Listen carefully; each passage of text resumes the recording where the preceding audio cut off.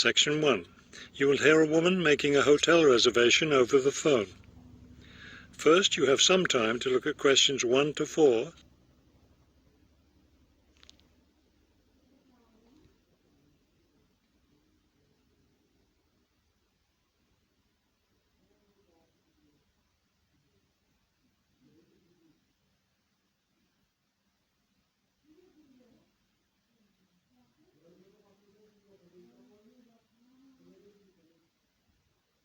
You will see that there is an example that has been done for you. On this occasion only, the conversation relating to this will be played first. Good afternoon, Grandview Hotel. Yes, hello. I'm planning to spend a few days in your city next week, and I'd like to, make a reservation. The man answers the phone. Grandview Hotel, so the word Grandview has been written at the top of the form. Now we shall begin. You should answer the questions as you listen, because you will not hear the recording a second time. Listen carefully and answer questions 1 to 4. Good afternoon, Grandview Hotel. Yes, hello. I'm planning to spend a few days in your city next week, and I'd like to, make a reservation. Of course. When did you want to stay here? Next week, Wednesday night and Thursday night. So that's February 13th and 14th. Yes, that's right. And how many guests will there be? Just me. So, do you have a room available? Yes, we do. I'll just need to take some of your information. May I have your name, please? Oh, right, yes. It's Roxanne Wilson. W-I-L-S-O-N. Thank you, Miss Wilson. And may I have your credit card number? It's 233-618-9872. 9872. Got it. All right, Miss Wilson. I have your reservation confirmed. Can I help you with anything else?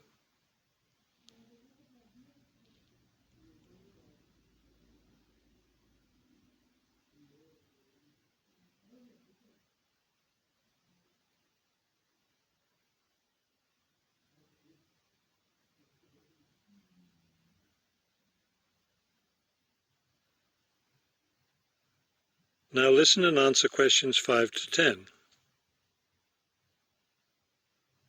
Well, yes. I was wondering, since I'll have a couple of free hours Friday morning before I leave, is there anything interesting to see close to the hotel? Do you like museums? The art museum's very close by. I love museums, but not art. Can't stand it. I've heard your city has a very interesting science museum, though. Yes, but unfortunately it's closed in the winter. Are you interested in shopping? Sure, I love shopping. Are there any good stores nearby? Yes, we have a large shopping mall just 2 bus stops away. You take the bus to Monument Square, and it's just half a block from there. Just look for the post office, and you'll see the mall entrance next to it. Fabulous. What about lunch? I hear your city has good restaurants. Yes, there's a nice restaurant very near. It's just across the street from the park. Sounds good. I can have lunch, then walk in the park afterwards. I have one more question. What's the best way to get to the hotel from the airport? Subway is the fastest, of course. There are buses, but they're quite slow. I'll be arriving quite late, after 10 p.m. I thought I might have to take a taxi. The subway runs until midnight. Oh, good. Then I'll do that. Will there be someone at the hotel front desk that late?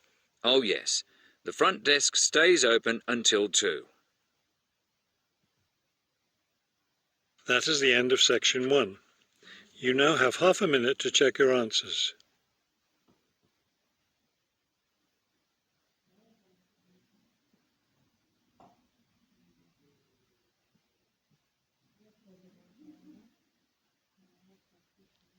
Section 2.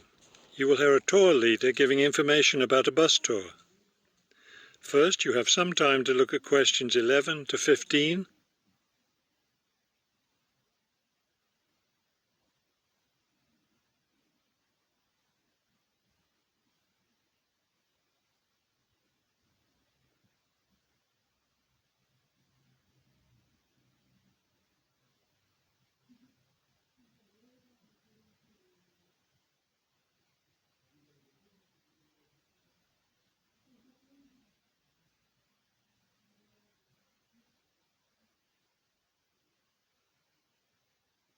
As you listen to the first part of the talk, answer questions 11 to 15.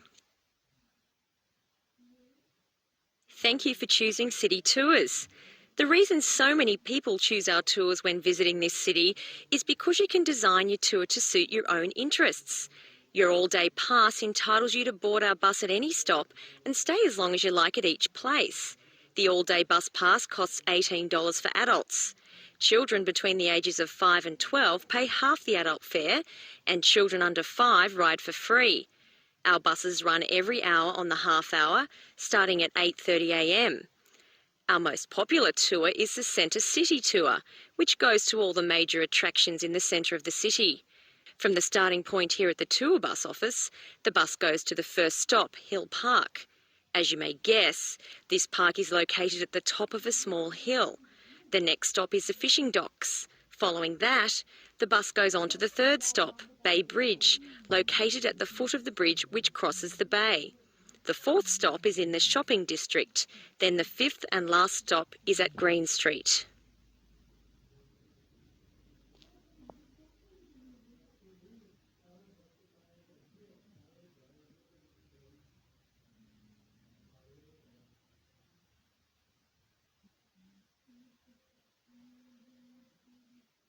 Now listen and answer questions 16 to 20.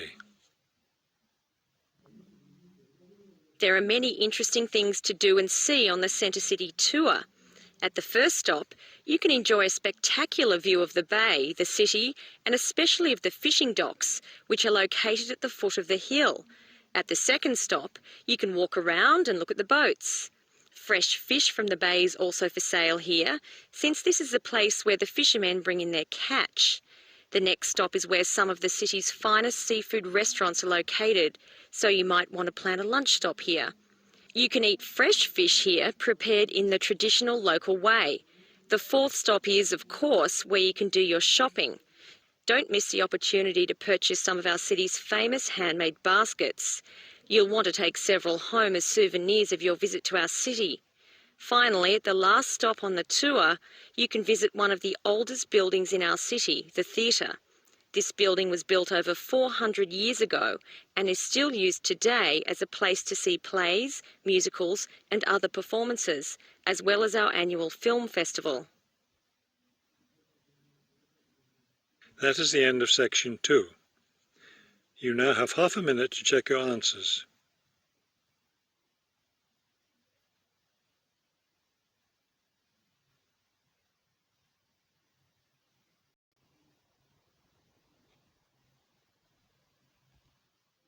As you listen to the first part of the conversation, answer questions 21 to 23.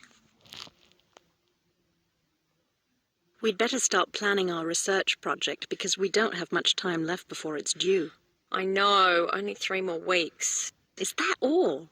I thought we had more time than that. Well, let's get to work then.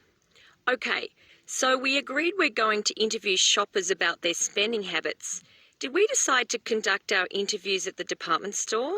We haven't decided anything definitely yet, but I think the shopping mall would be a better place. We'd get more of a variety of shoppers there. Yes, that's a good point. So let's do that.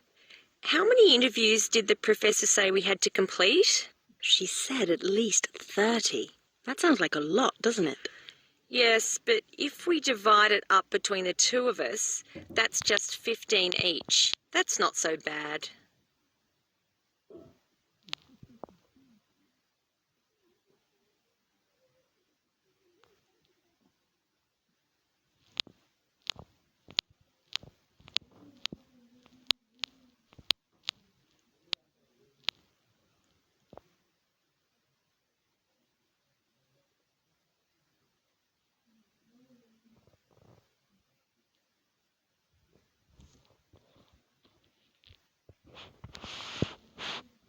Now listen and answer questions 24 to 30. Okay, so I guess we'd better start designing our questionnaire. Well, we have to do some reading first, don't we? Didn't we say we were going to compare our results to the results of a government study? Right, the government study about how the economic crisis has changed people's spending habits. We want to see if we get similar results. Yes, so we'd better read that first and then design our questionnaire. Then I guess we'll be ready to go out and interview shoppers. No, don't you remember? The professor said she had to approve our questionnaire first before we actually conducted the interviews. Oh, right. So we'll get her approval and then conduct the interviews. I think a Saturday would be the best day for the interviews because everyone's out shopping then. Right, we'll do it on a Saturday then. And let's also plan to get together the next day to analyse the results. It's best to do that while everything's fresh in our minds, don't you think? Sure, that sounds like a good idea. Okay, so then we're going to have to present our results to the class. Do you have any ideas for that? It's an important part of our grade, so I think we should plan it well. Well, I think the obvious thing is to prepare some charts showing our results and how they compare with the government study. That will help make the information a lot clearer to the class. Right. Okay, so we'll draw up some charts of the results. And then that's it. All that will be left to do is give the class presentation. Do you think we can be ready on time? I sure hope so. Let's get started now.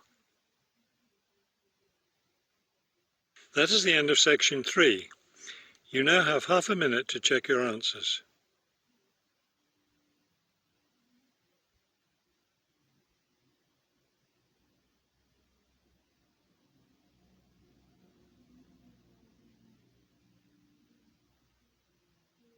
Section 4. You will hear a professor give a lecture on Louisa May Alcott. First, you have some time to look at the questions 31 to 40.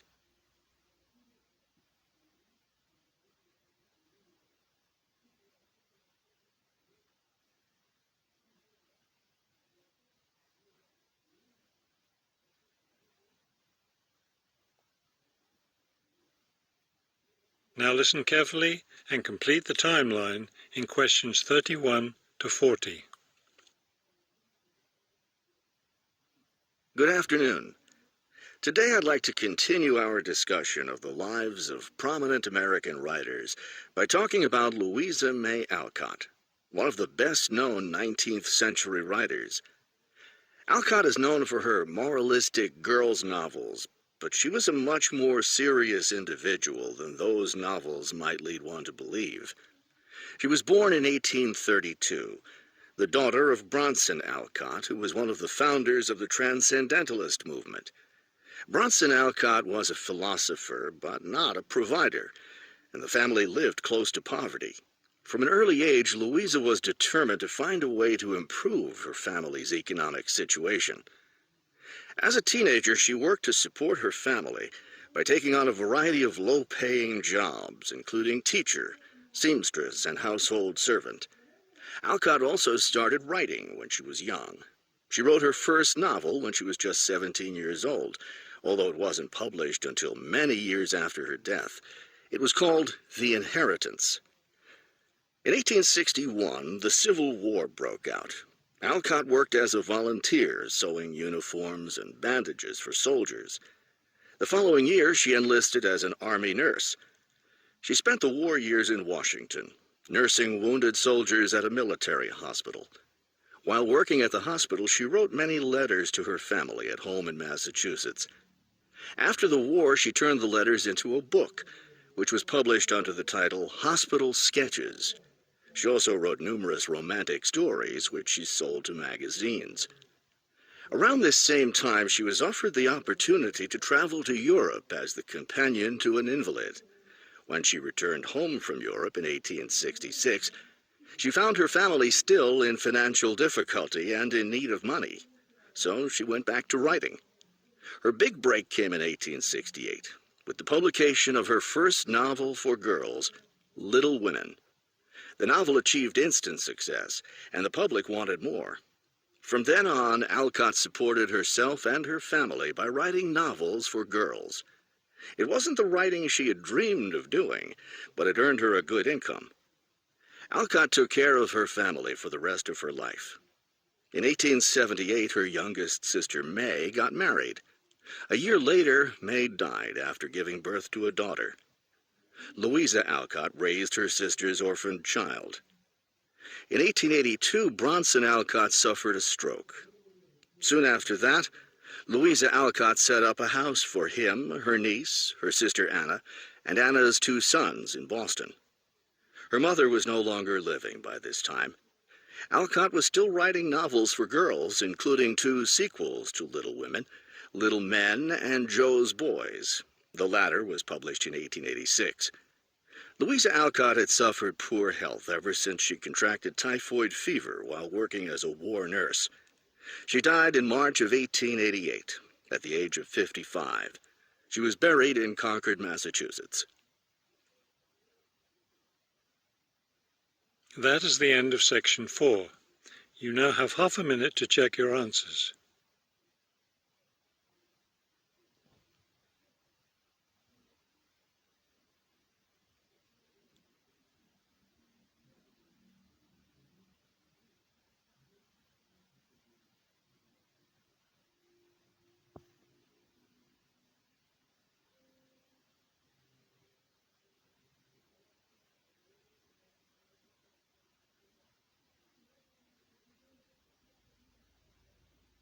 You will now have 10 minutes to transfer your answers to the listening answer sheet.